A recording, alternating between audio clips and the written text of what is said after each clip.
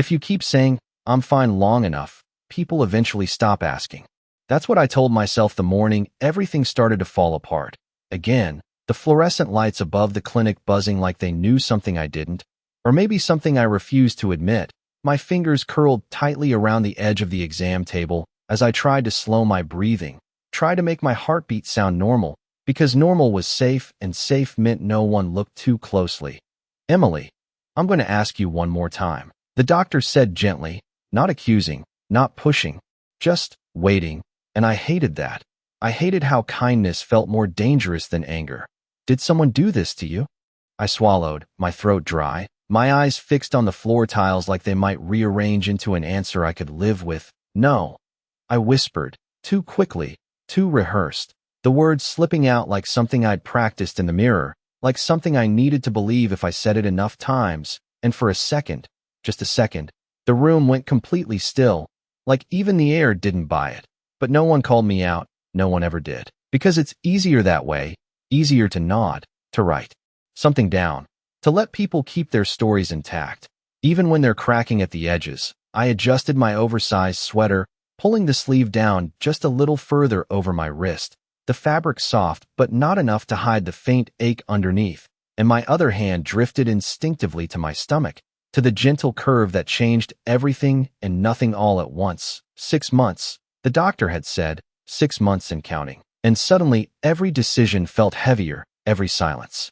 Louder, "You can tell me if you need help," she added quietly, and I almost laughed, not because it was funny, but because help always came with questions, and questions led to truths, and truths, they complicated things. I shook my head again, softer this time. "I'm okay." And there it was, the lie settling into place, familiar, comfortable, dangerous. The appointment ended the way they always do, polite smiles, careful instructions, a follow-up scheduled like routine could fix anything. I slid off the table, my sneakers hitting the cold tile, grounding me just enough to move, just enough to leave. The hallway outside smelled faintly of antiseptic and coffee, a strange mix of clean and tired, and I kept my head down as I walked, counting steps. 1, 2, 3. Like if I focused hard enough on something small, the bigger things wouldn't catch up. I pushed through the glass doors and into the late afternoon light, the sun low, casting long shadows that stretched across the parking lot like they were reaching for something or someone. And that's when I felt it. Not a sound, not a touch, just a shift, like the world had tilted a degree off balance. I looked up without meaning to, my eyes scanning instinctively. And there he was, across the street, half hidden behind the tinted windows of a black SUV, still, silent, watching. Adrian Volkov didn't move, didn't wave, didn't call out my name, but I knew he'd seen me, and worse. I knew he'd seen everything I tried so hard to hide. My pulse stumbled, just for a second, and in that moment, I understood something I hadn't been ready to face. I hadn't been as invisible as I thought, and whatever came next was already in motion. I should have walked away. That was the first thought that hit me as I stood frozen on the sidewalk, the late afternoon sun warming my face while something colder settled in my chest, because Adrian Volkov did not watch people without a reason, and he definitely did not show up in places like this by accident. Not a quiet clinic tucked between a pharmacy and a coffee shop, not where people like me went to pretend everything was normal. My fingers tightened around the strap of my bag as I told myself to breathe. Just breathe. Just turn around and leave like you did not see him, like he did not see you. But my feet did not move, and that hesitation was enough. The SUV door opened with a soft, controlled motion, no rush, no urgency, just inevitability. And then he stepped out, tall, composed, dressed in a dark suit that seemed untouched by the world around him, like dust and noise simply did not belong near him. His presence shifted the air. I felt it before he even crossed the street. Conversations around me lowered, people instinctively stepping aside without knowing why, and I hated that my body reacted the same way, a quiet awareness settling into my spine. "Emily." He said my name like he had been saying it for years, like it belonged to him in a way I never agreed to, and I forced myself to meet his eyes, dark, steady, unreadable, the kind of gaze that did not ask questions because it already knew the answers. "Adrian." I replied, my voice softer than I wanted, steadier than I felt. And for a second, just a second, neither of us moved. The space between us filled with everything we had not said in 3 years, everything we had left unfinished. You should not be here, I added, because it was the only thing that felt safe to say, a boundary drawn in words I hoped he would respect. But Adrian did not respect boundaries, not when they involved people he had decided mattered.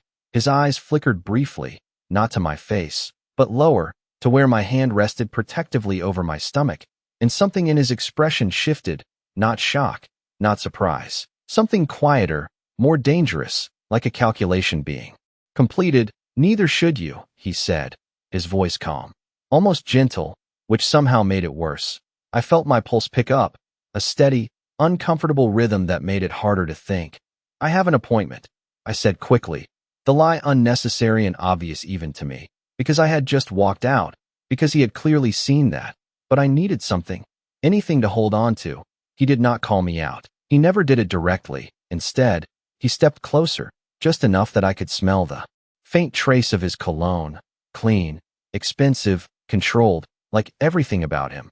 You are not sleeping, he observed, not a question, his gaze sharp now, taking in details I had tried so hard to hide, the shadows under my eyes, the way my shoulders tensed, the way my fingers curled slightly inward like I was bracing for something that was not there, or maybe something that always was. I am fine, I said again, the words automatic, practiced, hollow, and this time, he did react, not outwardly, not dramatically, just a slight tightening of his jaw, a pause that stretched a fraction too long. Do not say that to me, he said quietly, and there was something in his tone that made my chest tighten, not anger, not exactly, something closer to restraint. Like he was holding something back with deliberate effort. I swallowed, looking away for a second, because holding his gaze felt like standing too close to a fire.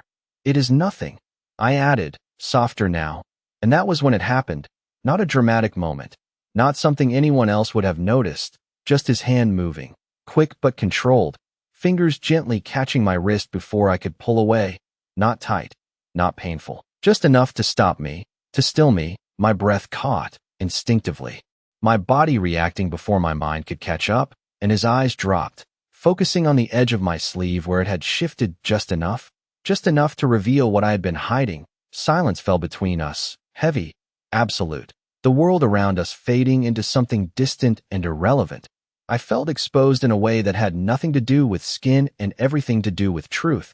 His grip did not tighten, but it did not loosen either, and when he finally spoke, his voice was lower, controlled in a way that felt more dangerous than anything else. Who? He said, not loudly, not sharply, just one word, precise, deliberate, and I knew, in that moment, that nothing was going to stay hidden anymore, not from him, not now, not ever again. My first instinct was to pull away, to twist my wrist out of his grip and pretend this was nothing more than an awkward moment on a quiet sidewalk. But my body did not move. It never did when it mattered most, and Adrian's fingers, steady and controlled, did not tighten. Yet somehow I felt more held in place than if he had. His eyes still fixed on the faint marks beneath my sleeve like they were the only thing in the world worth seeing. No one, I said quickly, too quickly, the word sharp and fragile at the same time, and I hated how it sounded the second it left my mouth, because he did not react the way most people would. He did not argue, did not accuse, did not even look surprised. He just went still, completely still, and that was worse, far worse, because Adrian in motion was predictable, decisive, contained. But Adrian, when he went quiet like this, felt like standing at the edge of something you could not see the bottom of. Emily, he said again, softer this time. But there was something underneath it, something that made my chest tighten. Do not lie to me. And I almost laughed, not because it was funny, but because it was unfair, unbelievably unfair. I am not lying, I replied, pulling my wrist back just enough to create space. And this time he let me, his hand dropping immediately. No resistance, no attempt to stop me. And that somehow made it worse, because it meant he did not need to hold on to keep control of the moment. He already had it. It was a door, I added, forcing the explanation into something small, something manageable. I bumped into it. It is nothing serious. The words sounded rehearsed even to me. Too smooth, too practiced, like something I had said before, and his gaze sharpened, not at the explanation, but at the delivery, at the way I said it. Like he was listening to everything I was not saying instead. A car passed behind us, tires rolling over pavement, a distant sound that felt disconnected from where we stood, suspended in something heavier. A door, he repeated, not mocking, not dismissive, just repeating it like he was testing how it felt in the air. And then he nodded once, slowly, like he had reached a conclusion I was not part of. Then you should be more careful, he said. And if anyone else had heard it, they would have thought it was concern, simple, polite concern, but I heard the shift, the quiet decision underneath it, and something cold slid down my spine. I am careful, I said, my voice softer now, my hand instinctively returning to my stomach, a protective gesture I did not think about anymore. And his eyes followed the movement again, lingering there just a second longer this time.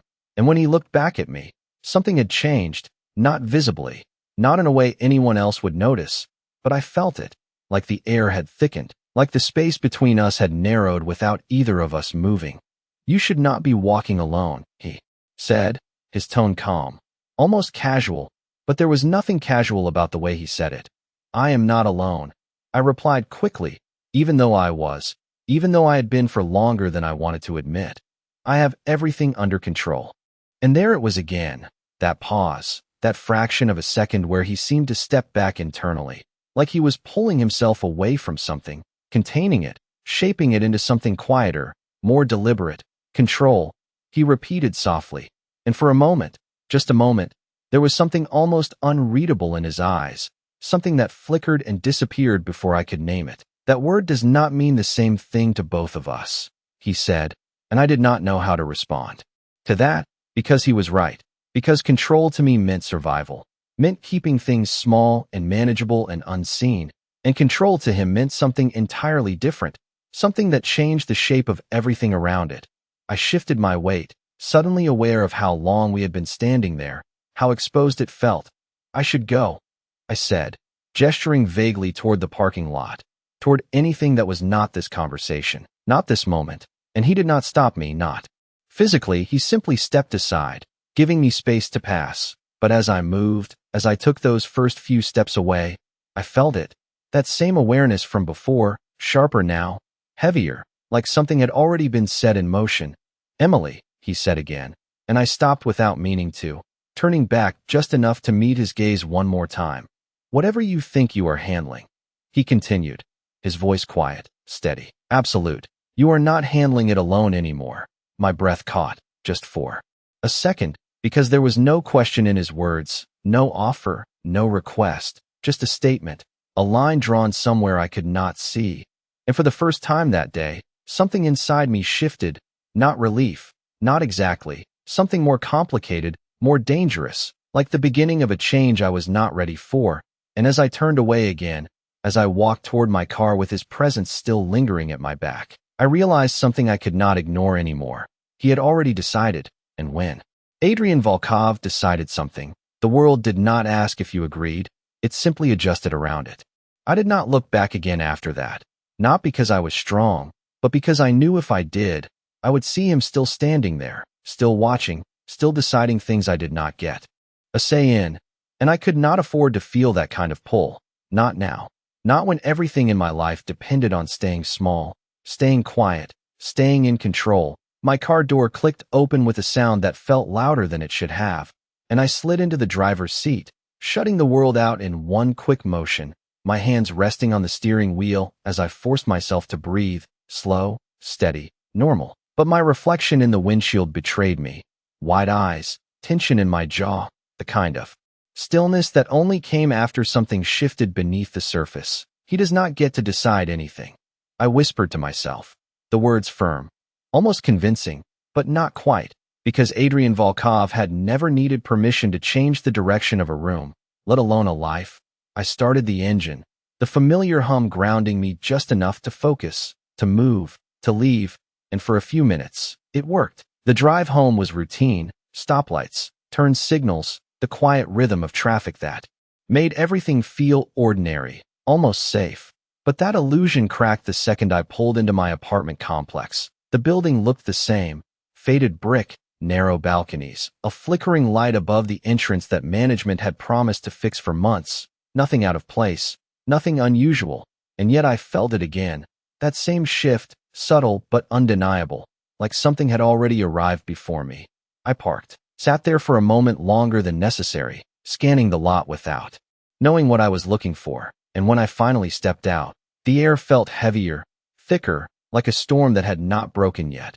You are imagining things, I told myself, locking the car and adjusting my bag over my shoulder, one hand instinctively resting against my stomach, grounding, steadying, reminding me why I needed to keep moving, why I could not afford to unravel now. The hallway inside smelled faintly of detergent and old carpet, the kind of scent that clung to everything. No matter how many times it was cleaned. I walked quickly, keys already in my hand, my mind focused on small details, unlocking the door, stepping inside, shutting it behind me, simple, controlled, safe. But the moment I pushed the door open, something felt wrong, not obvious, not immediate, just off, the kind of feeling you could not explain but could not ignore either. I stepped inside slowly, my eyes scanning the small living room. Everything looked the same. The couch, the coffee table, the stack of unopened mail I had been avoiding for days. But the silence was different, too complete, too still.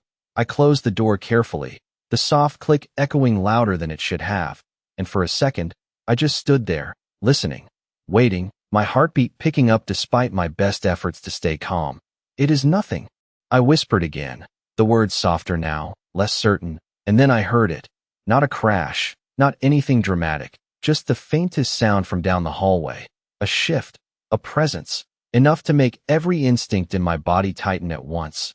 I froze, my hand instinctively moving to protect my stomach, my breath catching in my chest as I tried to listen, to understand, to decide what to do next. And in that moment, standing in the doorway of my own apartment that suddenly did not feel entirely mine, I realized something I had been trying to ignore since the clinic, since the sidewalk, since the moment Adrian looked at me and decided something I could not undo. Whatever I thought I was controlling was already slipping out of my hands, and I was not the only one inside this situation anymore. I did not move at first, not because I was frozen, but because I was listening, every sense pulling inward, narrowing, trying to make sense of something that did not belong. The faint sound from the hallway came again, softer this time, like a shift of weight or the quiet brush of fabric against the wall, and my breath slowed automatically, controlled, silent, the way you learn when you have spent too long pretending everything is fine. My fingers tightened slightly against my stomach, grounding, steadying, reminding me what mattered most. Hello. I called out, my voice careful, not loud, not panicked, just enough to break the silence. And for a second, there was nothing, no response, no movement, just that heavy stillness pressing in from all sides. And then a figure stepped into view from the hallway, and my heart stopped for a fraction of a second before slamming back into rhythm, not because I did not recognize him, but because I did, because I knew exactly what that presence meant.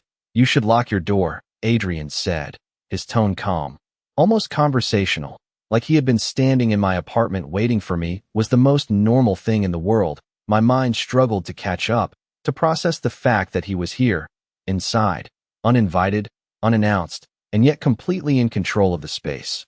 What are you doing here? I asked, my voice sharper than before, the edge of it cutting through the quiet, because this was too much. This was crossing a line I had tried so hard to keep intact. He did not answer immediately. Instead, his eyes moved over me, quick, precise, taking in everything, the tension in my shoulders, the way I stood near the door, the instinctive distance I was trying to maintain. And then his gaze dropped briefly to my stomach again, and something in his expression settled, like he had confirmed something he already suspected.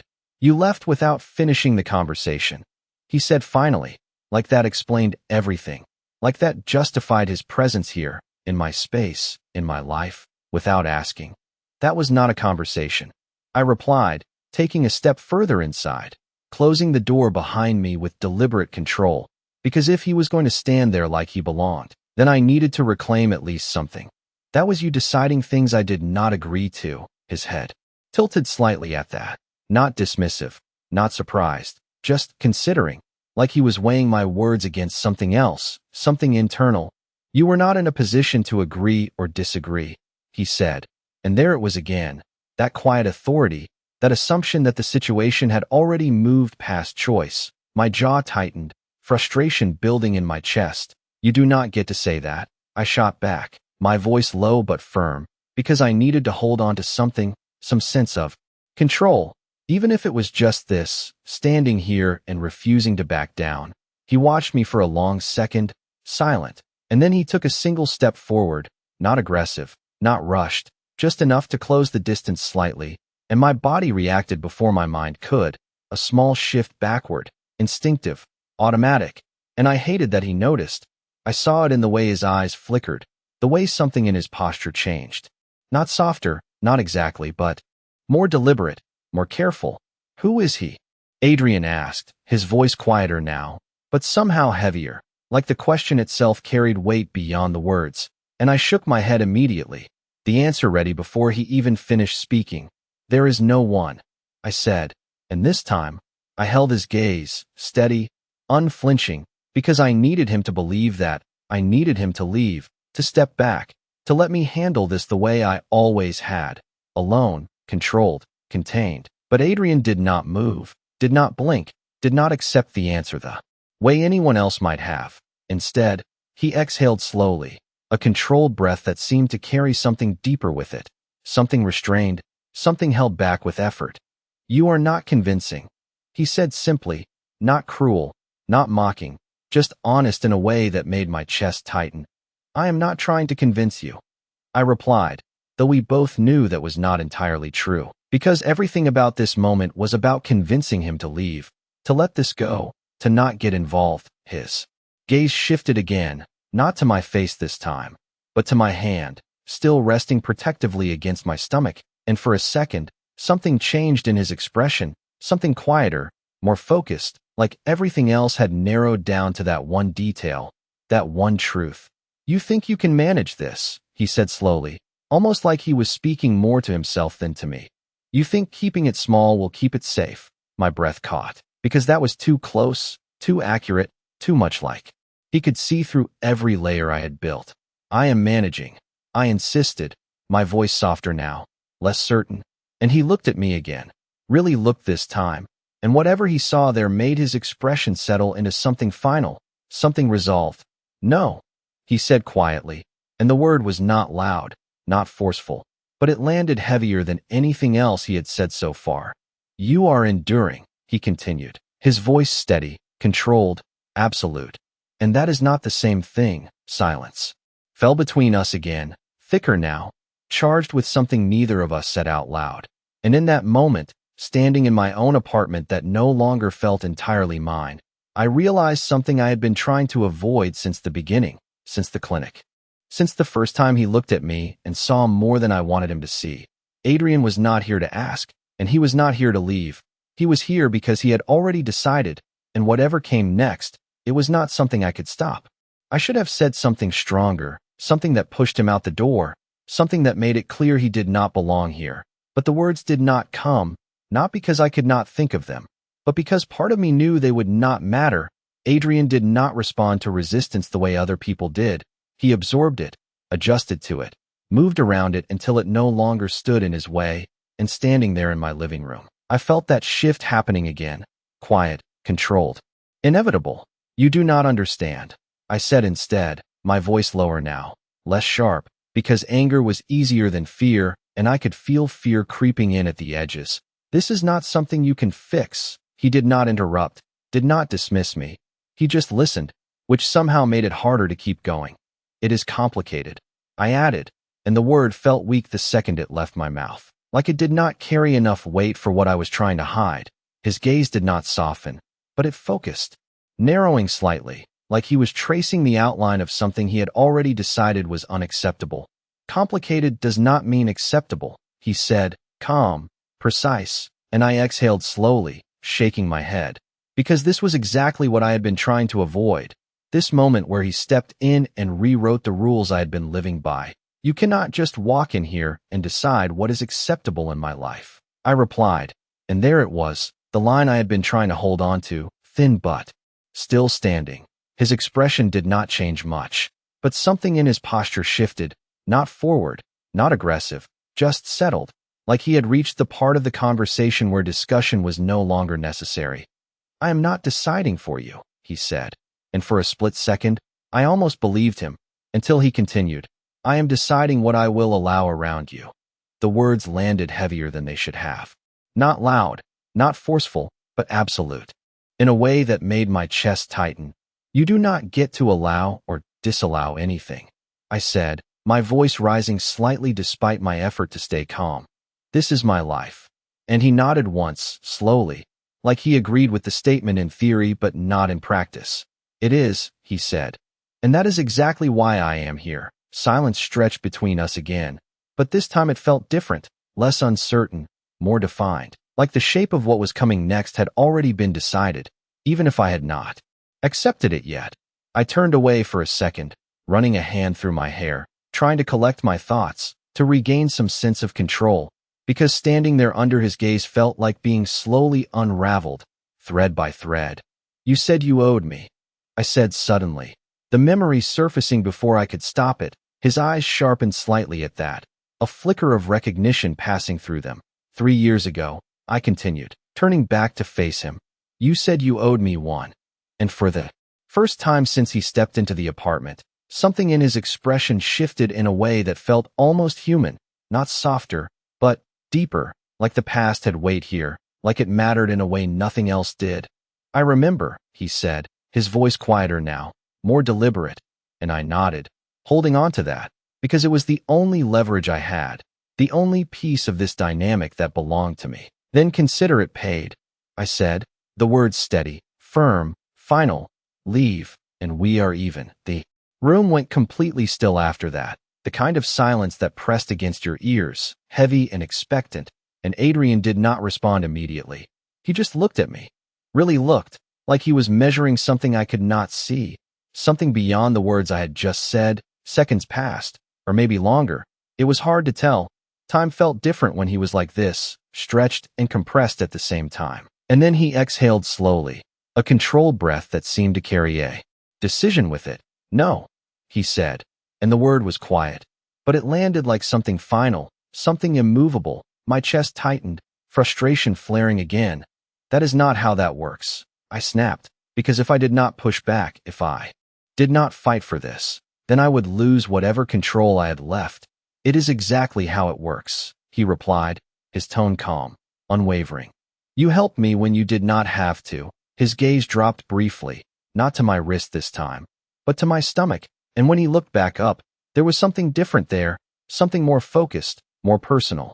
"Now I help you," he finished, and before I could respond, before I could argue or refuse or try to reclaim the ground that kept shifting beneath me, there was a knock at the door, sharp, sudden, cutting through the tension like a blade. My breath caught instantly, every muscle in my body tightening at once, because I knew that knock, not the sound itself, but what it meant, what it brought with it.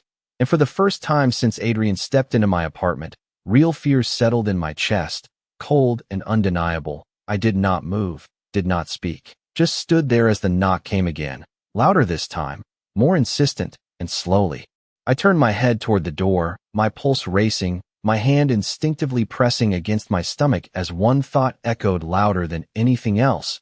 This was exactly what I had been trying to handle alone. The second knock came harder, sharper, like whoever stood on the other side had already decided they were not leaving without an answer, and my entire body locked in place. Breath caught somewhere between my chest and my throat, because I knew that rhythm, that impatience, that quiet demand behind the sound. "Emily." The voice followed, muffled through the door but unmistakable, and the world seemed to narrow to that single point, that single moment, everything else fading out, the apartment, the tension, even Adrian's presence behind me, until all I could hear was that voice and the echo of everything it carried with it. My fingers pressed tighter against my stomach, instinctive, protective, and I forced myself to breathe, slow, controlled, like I had done so many times before. "Do not open it," Adrian said quietly behind me, his voice low but absolute, not loud, not commanding, just certain in a way that made it hard to ignore. I closed my eyes for a brief second, because this was the exact line I had been trying to walk, the one where I handled things myself, where I kept everything contained, where I did not let anyone else step in and complicate it. But that line was slipping, cracking under the weight of two worlds colliding in the same small space. I have to, I whispered, more to myself than to him, because not answering would make it worse. It always did. The knock came again, followed by a sharper edge in the voice this time, frustration bleeding through, and I flinched before I could stop myself, a small, involuntary reaction that did not go unnoticed.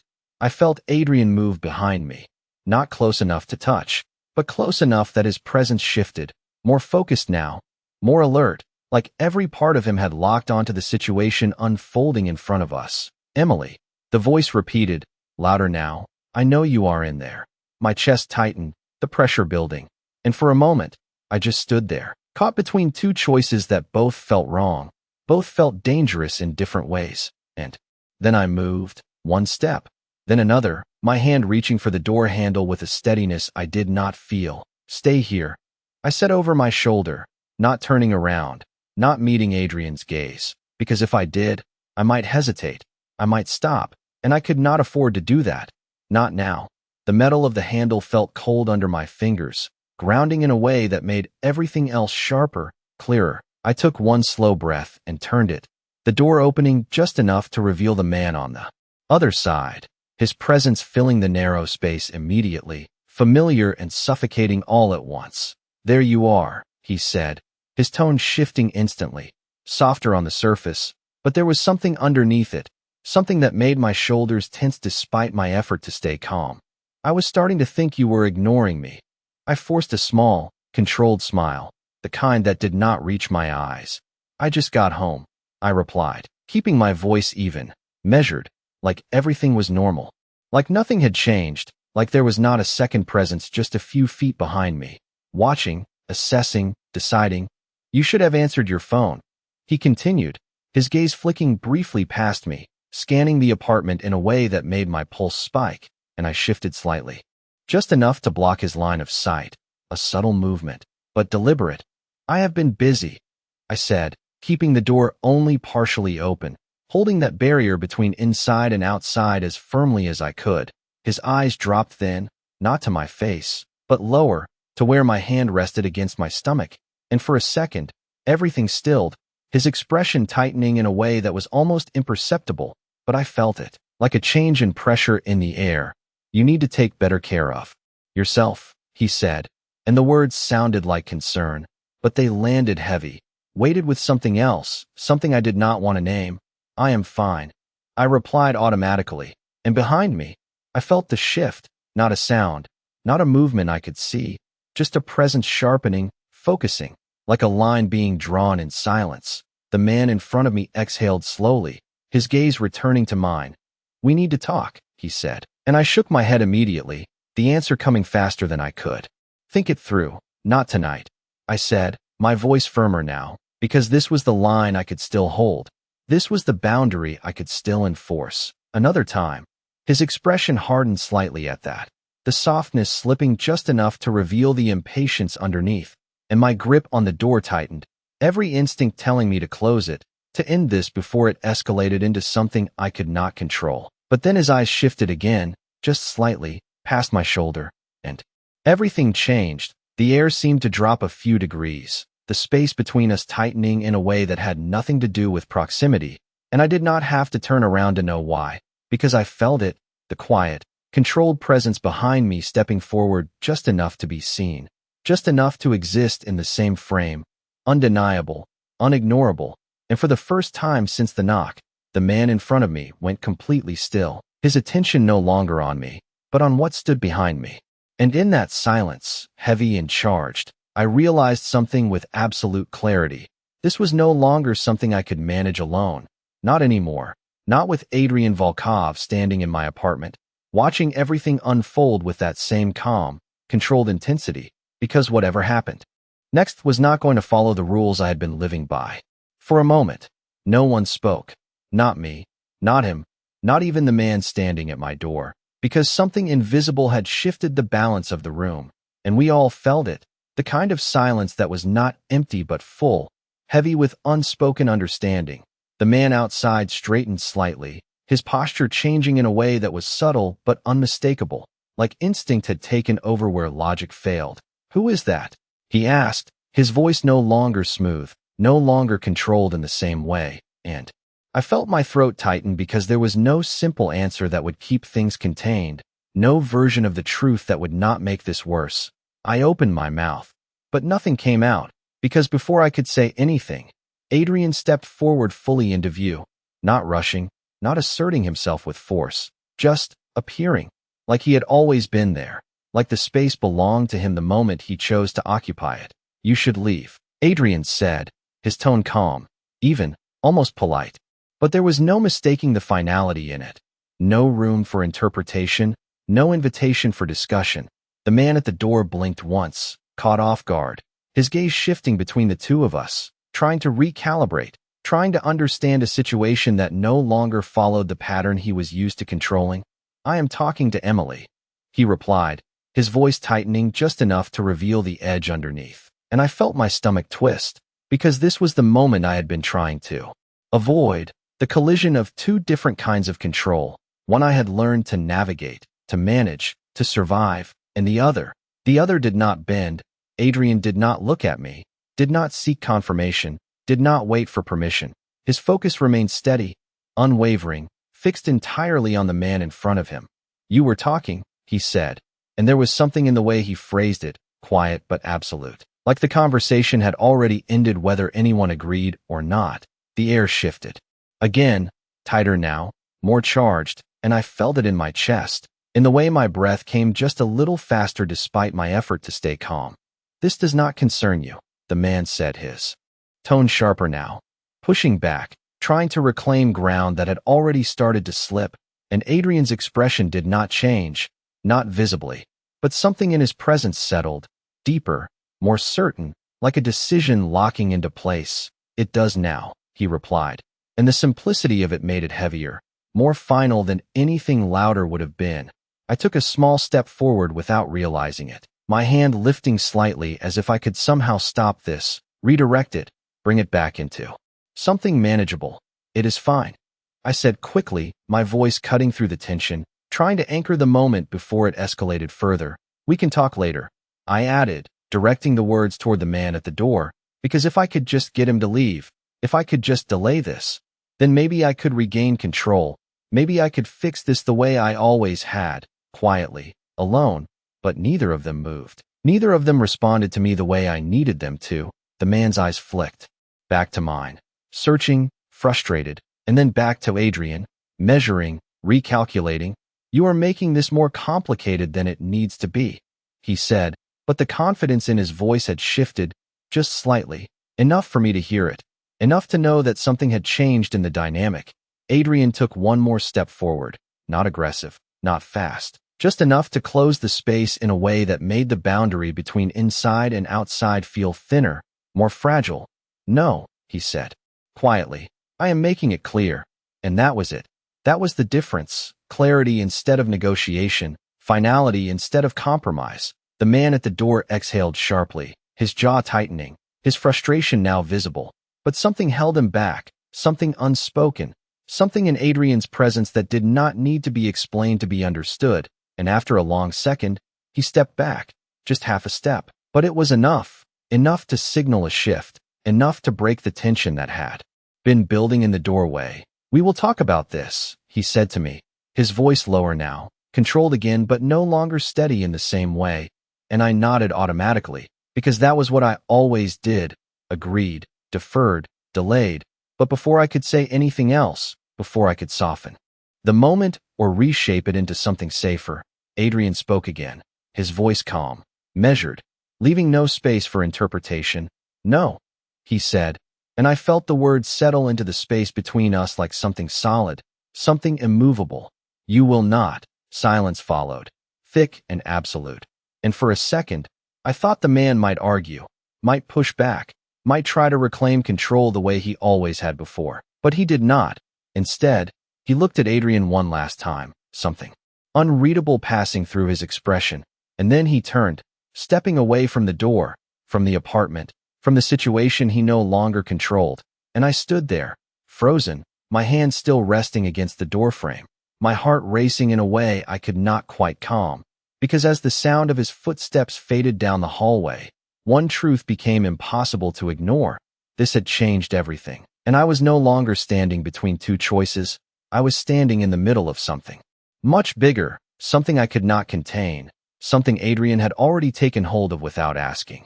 And as I slowly closed the door, the quiet click echoing through the apartment, I realized with a clarity that made my chest tighten, I had just lost the version of control I thought I had, and I did not know what would replace it. The door clicked shut with a finality that echoed longer than it should have, the sound settling into the walls, into my chest, into the space that had just shifted in a way I could not undo. And for a moment, I did not move, my hand still resting against the door, as if I could feel the absence on the other side, the quiet where tension had just been, my breathing uneven despite my effort to steady it, because everything felt different now, not louder, not chaotic, just altered, like something invisible had been rearranged without my consent, and behind me, Adrian did not speak, did not move, and that silence pressed heavier than anything he could have said. I slowly turned around, my back against the door for a second before I pushed away from it, needing distance, needing space, needing something that felt like mine again. You should not have done that, I said, my voice low, not sharp, not angry, just tired. Because that was what it felt like now. Exhaustion settling in where control used to be. He watched me, his expression unchanged, but his focus sharper now, more attentive, like every small detail mattered more after what had just happened. He should not have been here, he replied, calm, certain, and I let out a short breath that almost sounded like a laugh. But it was not humor, not even close. That is not your decision to make, I said, pushing off from the door and moving further into the room, creating space between us because proximity made everything feel more intense, more real. He followed, not immediately, not in a way that chased, just a slow step forward that kept the distance from becoming too large, controlled, measured, like everything he did. It is when it affects you, he said, and I shook my head, running a hand through my hair again, the motion restless, uncontained, unlike anything I usually allowed myself. You do not understand, I repeated, the words softer now, less defensive, because part of me knew he did understand more than I wanted him to. This is not something you step into and fix, I added, turning to face him fully again, because if I was going to say this, I needed him to hear it, really hear it. This is something I manage. The word hung there, fragile now, less convincing than it had been before. His gaze held mine, steady, unwavering, and for a moment, neither of us spoke, the silence stretching until it felt like it might break on its own, and then he exhaled slowly, that same controlled breath I had started to recognize, the one that came before he said something that could not be undone. You call that managing, he said quietly, not mocking, not dismissive, just stating it, and I felt something tighten in my chest, because I knew what he was about to say before he said it. I call that surviving, he continued, and the words landed heavier this time, because they were not new, because they echoed something he had already said, something I had tried to ignore, something I could not ignore anymore. There is a difference, he added, and I looked away for a second, my eyes dropping to the floor, to anything that did not reflect the truth back at me so clearly. Surviving is enough, I said, my voice quieter now, almost a whisper, because that was the truth I had built everything around, that staying afloat was success, that getting through each day without things falling apart was enough. His response came immediately, not loud, not forceful, just absolute. Not for you. And I closed my eyes for a brief second, because that was the problem. That was the exact problem. Adrian did not accept the version of enough that I had been living with. He never had, not even 3 years ago. You do not get to decide that, I said, but the words lacked the strength they had before, because something inside me had already shifted, already started to question the line I had been holding on to so tightly. He did not argue this time, did not push. Instead, he stepped closer, just enough that I could feel the change in distance, the presence of him more immediate, more undeniable, and when I looked up again, his gaze had softened, not in a way that made him less intense, but in a way that made him more focused, more precise.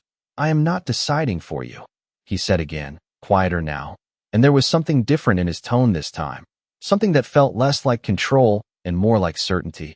"I am removing what should not be there," he finished, and my breath caught, because that was not the same thing, because that implied action, not discussion, not negotiation, but action, and I shook my head immediately. Instinct kicking in. "You cannot just remove people from my life," I said, my voice rising again, because that crossed a line I could not ignore, could not accept. His expression did not change much, but something in his eyes settled into something final, something resolved.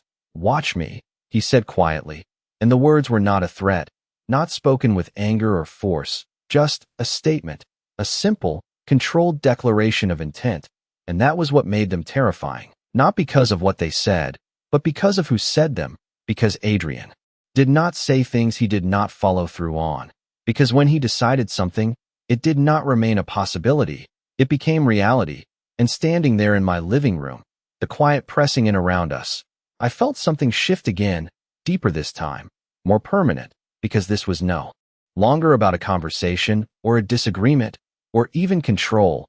This was about a line being crossed that could not be uncrossed, and as I stood there, my hand instinctively returning to my stomach, my mind racing through possibilities I could not fully grasp, one thought settled heavier than all the others. I was no longer the only one shaping what happened next. I should have argued more, should have pushed back harder, should have drawn a line that even Adrian could not cross, but the truth sat heavy in my chest, quiet and undeniable. Because part of me knew that line had never really existed, not when it came to him, not when he looked at something and decided it mattered. I turned away from him again, needing space, needing distance, my steps slow but deliberate as I moved toward the kitchen. The small, familiar space grounding me just enough to think, to breathe, to hold on to something that felt like mine. I reached for a glass without really seeing it, filling it with water just to have something to do, something normal. The sound of the faucet cutting through the silence that had settled between us. But even that felt different now. Sharper, louder, like every small detail was amplified by the tension still lingering in the room. "You cannot just walk into my life and change things," I said finally, my back still turned to him. Because facing him made it harder to hold on to the words, harder to believe them. "You do not get to decide what stays and what goes." The glass in my hand felt cool, steady, and I focused on that. On the physical sensation instead of the weight of the moment. Behind me, I heard him move, not fast, not abrupt, just a quiet shift that brought him closer, the distance between us shrinking again without me turning around to see it. "I do not decide everything," he said, his voice calm, measured. But there was something underneath it now, something more deliberate, like each word was chosen with care. "Only what threatens you." I let out a breath, the sound softer than I intended. Because that was the problem. That was exactly the problem. What he saw as a threat was not something I could easily define, not something I could control. I turned then, slowly, the glass still in my hand, meeting his gaze again. And for a moment, neither of us spoke, the air between us heavy with everything that had already been said and everything that had not. "You think I am in danger," I said, the words quiet, almost careful, because saying them out loud made them real in a way I had been avoiding. His expression did not change, but his eyes sharpened slightly, focusing. "You are," he replied, simple, direct, no hesitation, and I shook my head immediately, the reaction automatic, almost instinctive. "No," I said, more firmly this time, because if I accepted that, if I even considered it, then everything I had built around myself would start to crack. "I am not." He did not argue. Not right away. Instead, he took another step closer, just enough that I could feel the shift in proximity again, the presence of him more immediate, more impossible to ignore.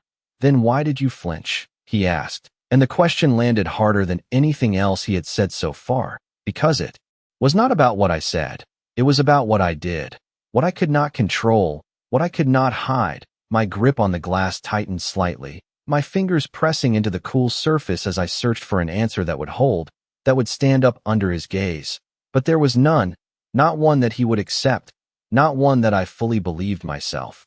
"That does not mean anything," I said finally, but the words felt weaker now, less certain. His gaze did not leave mine, steady, unrelenting, but not harsh, not accusing, just there, present in a way that made it impossible to escape. "It means everything," he said quietly, and I felt something shift again, not around me this time, but inside, something small but significant, like a crack forming in something I had kept sealed for too long. I looked away again, my eyes dropping to the counter, to the glass in my hand, to anything that did not reflect that truth back at me so clearly.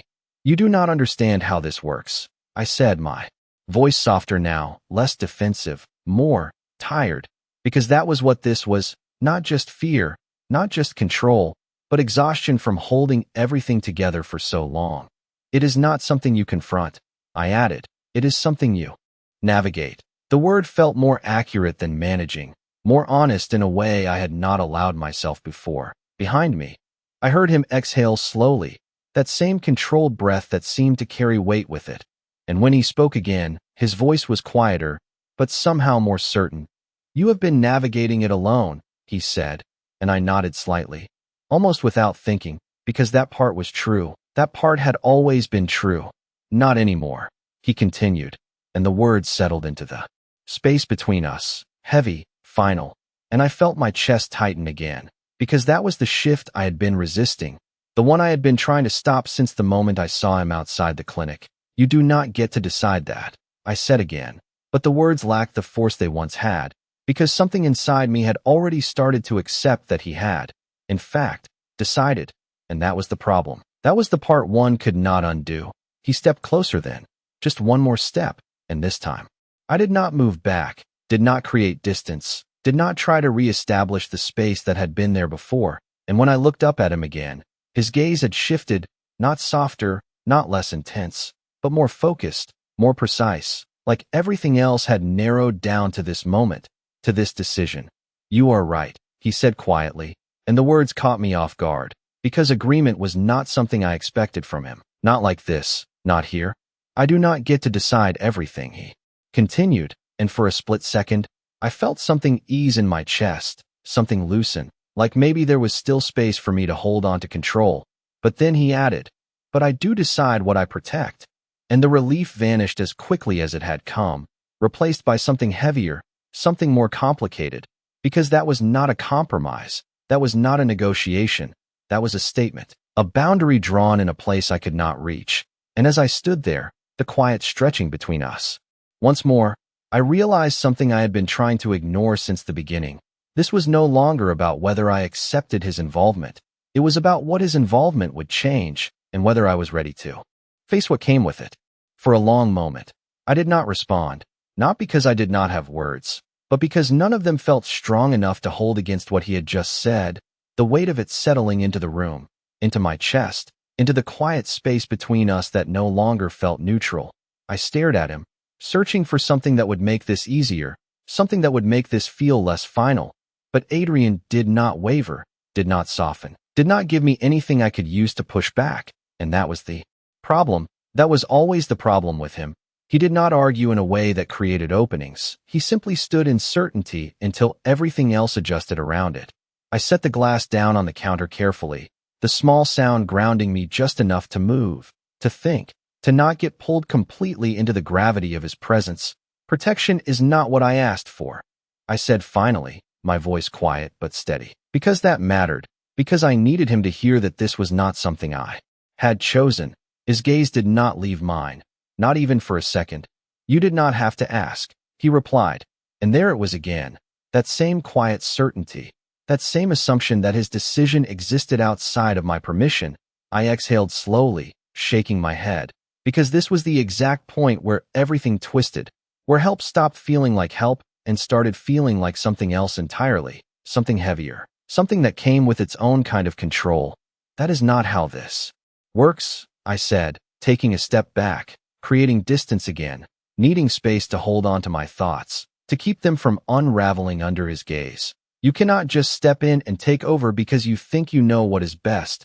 My words came faster now, building, because if I did not say this, if I did not push back now, then I would lose whatever ground I had left. "That is not protection, Adrian," I added, my voice tightening slightly.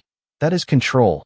Silence followed, immediate and complete. And for the first time since he stepped into my apartment, something in his expression shifted in a way that felt different, not defensive, not reactive, but reflective, like he was actually considering what I had said instead of dismissing it outright. And that pause, that brief moment where he did not respond, made my chest tighten in a different way, because it meant I had reached something, touched something that mattered.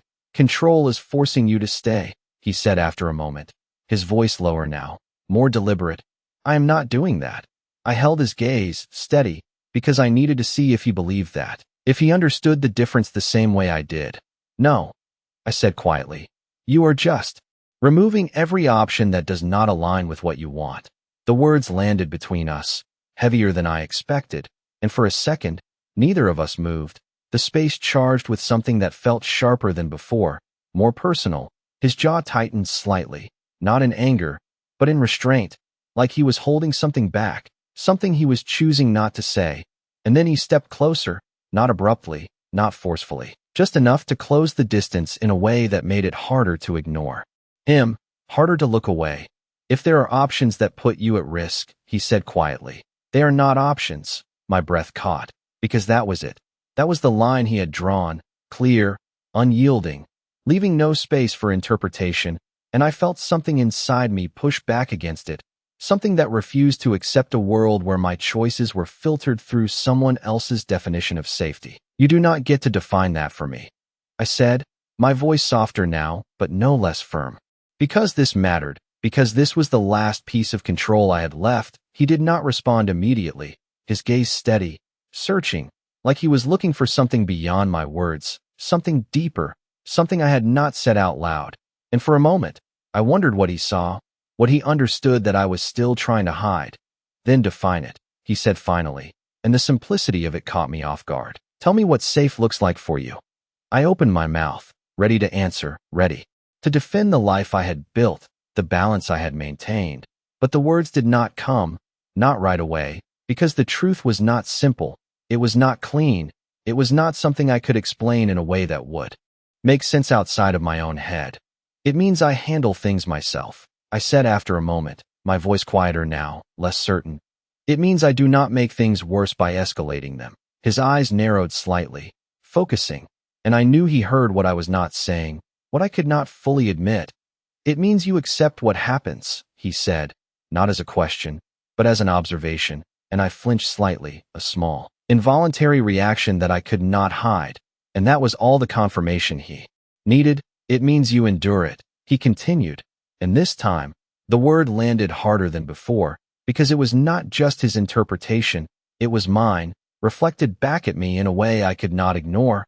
I looked away again, my chest tightening, my thoughts shifting in ways I was not ready to face, because this was the part one had avoided, the part one had justified, the part one had told myself was necessary, was temporary, was manageable. It is not that simple, I said, but the words felt weaker now, less convincing. He did not argue, did not push. Instead, his voice softened slightly, not in intensity, but in tone, like he was choosing his words more carefully now. It is not simple, he agreed, but it is clear. I looked back at him then, meeting his gaze again, and for the first time, something in me shifted, not fully, not completely, but enough to feel it, enough to recognize that the line I had been standing on was not as solid as I thought. That may be what I called control was not control at all, and as that realization settled, quiet but undeniable, one thought rose above the rest, heavier, more certain. I was not just resisting him anymore. I was starting to question myself. The silence stretched longer this time, not empty, not uncertain, but filled with something heavier, something that settled deeper than anything we had said before, and I felt it in the way my chest tightened, in the way my thoughts slowed instead of racing. Because for the first time since this started, I was not just reacting, I was considering, and that was dangerous in its own way. I turned slightly, my gaze drifting toward the window, toward the fading light outside, the city moving on. Like nothing had changed, like everything inside this apartment had not just shifted in a way I could not undo. You make it sound simple, I said quietly, my voice softer now, less defensive, more honest. because I could not keep pretending this was just about him stepping in. It was also about me holding on to something that might not be working anymore.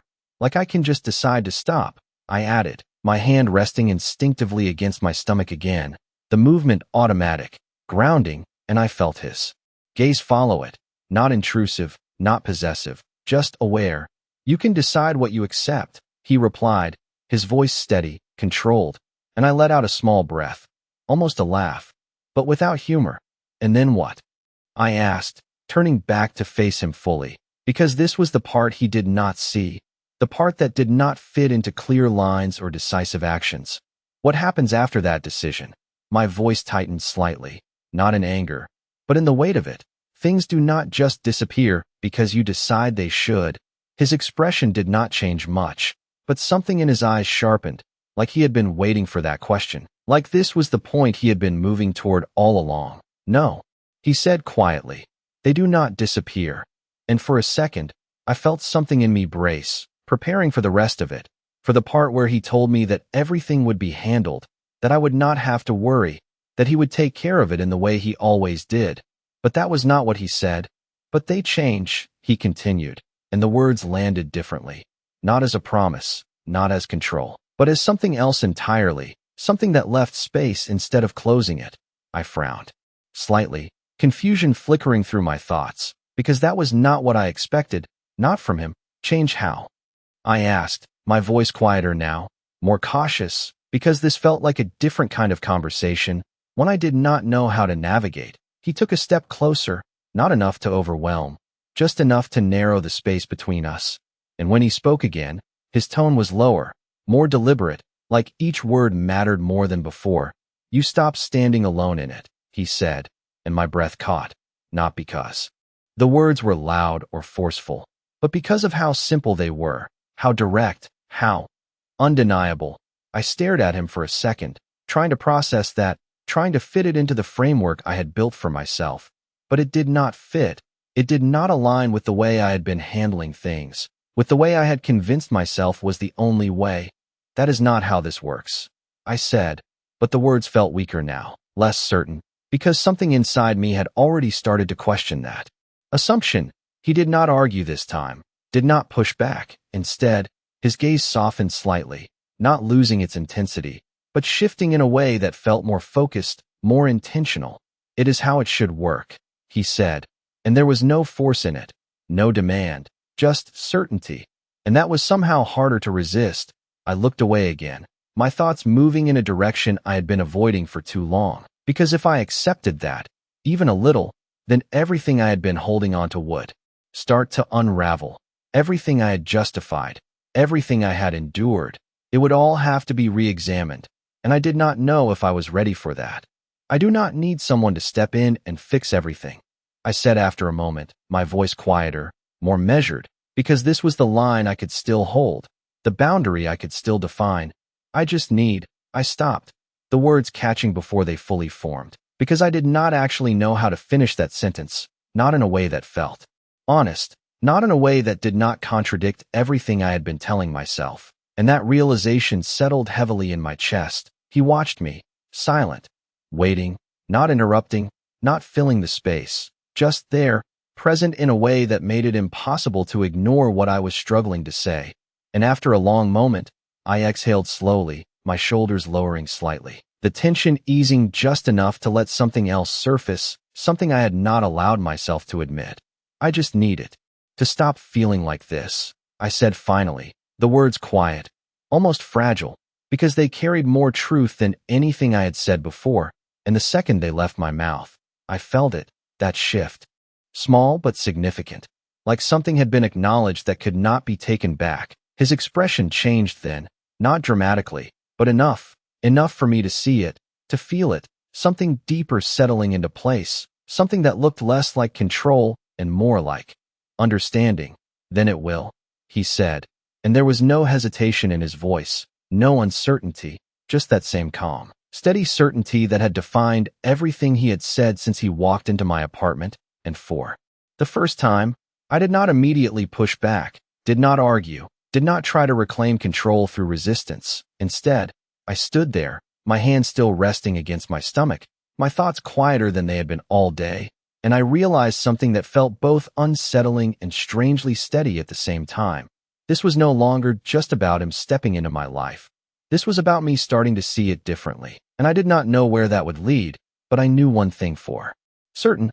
I was not standing in the same place I had been before. I did not realize how quiet the apartment had become until I heard my own breathing, slow and uneven, like I had just stepped out of something I did not fully understand yet. The tension that had filled every corner of the room earlier now settling into something different, something steadier, not gone, but changed, and I stood there for a moment, my hand still resting against my stomach, feeling the subtle rise and fall beneath my palm, grounding me in a way nothing else could, reminding me that whatever came next, it was not just about me anymore. Adrian did not move right away, did not speak, and that silence felt intentional, like he was giving me space instead of taking it, and that alone was enough to shift something inside me, small but undeniable. I turned slightly, my gaze drifting toward the door, toward the place where everything had just happened, the echo of it still lingering in my chest, and I realized something I had not allowed myself to think before. I was not afraid in the same way anymore. The sharp edge of it had dulled, replaced by something more complicated, something that felt less like survival and more like awareness. You are not leaving, are you? I said quietly, not as a question, not really, more like an acknowledgement of something I already understood, and when I looked back at him, his expression confirmed it before he even spoke. No, he said simply, and there was no force in it, no demand, just certainty, and for the first time, I did not push back, did not argue, did not try to reclaim the space he had already stepped into. Instead, I exhaled slowly, the tension in my shoulders easing just a fraction, because fighting it now felt different, less necessary, like resisting the tide when it had already come in. Then what happens now? I asked, my voice softer, more measured, because this was the part one could not predict, the part that had always been outside my control. He took a step closer, not enough to crowd me, just enough to be present, and when he spoke, his tone was lower, more deliberate, like each word mattered. Now it changes, he said, and I felt that again, that shift, not abrupt, not overwhelming, just steady, like something settling into place. I studied him for a moment, trying to understand what that meant, what it would look like, what it would cost, because nothing in my life had ever changed without consequence. Nothing had ever come without something else being taken. You make it sound easy, I said, a faint edge still lingering in my voice, because part of me still expected the other side of it, the part where control turned into something else, something heavier, something I would not be able to step away from. His gaze held mine, steady, unwavering. But there was something different there now, something quieter, something that felt less like force and more like intention. It is not easy, he said, and there was no hesitation in it, no attempt to soften the truth, but it is necessary. I looked away for a second, my thoughts moving slower now, more deliberate, because I could not ignore what had already happened, the way things had shifted, the way I had responded, the way I had not stopped him, and that realization settled deeper than anything else. I had not stopped him, not when I could have, not when I should have, and that meant something. Even if I did not fully understand what yet, I took a small step forward, closing the distance between us just slightly, not because he moved, but because I did, and that alone felt significant, like a choice instead of a reaction. You said you do not force me to stay, I said quietly, my eyes lifting to meet his again, because this mattered, because this was the line that defined everything else. His expression did not change, but his focus sharpened, attentive, present. I do not, he replied, and I nodded once slowly, letting that settle, letting myself consider it without immediately pushing it away. Then I am staying because I choose to, I said, the words quiet but clear, and for a moment, neither of us moved, the space between us holding that statement like something fragile, something new, something that had not existed before, and then something in his expression shifted, not dramatically, not in a way anyone else would notice, but I saw it, I felt it, a subtle change that carried more weight than anything louder could have. Good, he said, and the single word landed differently than anything else he had said that day, not as a command, not as a decision, but as acceptance, and I felt something in my chest loosen, just slightly, just enough to breathe a little easier. Not because everything was fixed, not because the situation had disappeared, but because something had changed in the way I stood inside it. And as I looked at him, really looked this time, not as someone stepping into my life without permission, but as someone who had chosen to stand in it. With me, one thought settled quietly but firmly in my mind. He did not take my control away. He changed what it meant.